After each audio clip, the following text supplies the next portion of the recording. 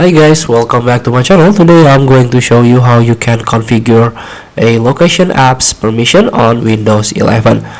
So sometimes there are some apps, there are some websites that need your location, such as a Google Map or any app that you must use GPS in order to run normally. So let's start to configure to set up the permission by go to the setting, click your start icon and go to the settings. Here you can click on privacy and security, and under app permission there is a location that you can click, and here we go. Windows can use your device capabilities to determine your location. Because of my use location data to improve the accuracy of its location services, some desktop app might not appear on this page or be affected by these settings. Here we go. By default, location service is on. Location will be available to Windows and anyone using this device when it's on.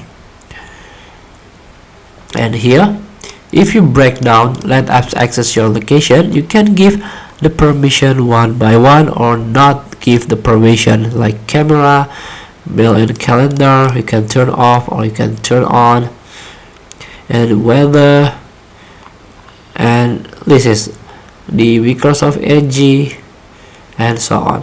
And here default location, you can set the default location. Windows app and services can use the default location when we cannot detect or more precise location, so you can click set default and let the maps working for you, but don't forget maps needs an update.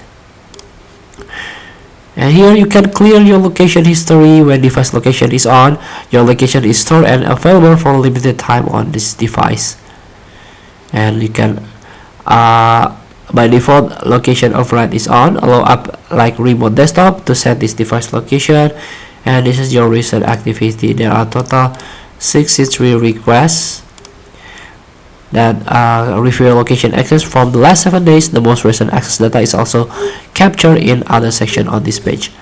Feel free to try to configure your location permissions, location apps permission on Windows 11.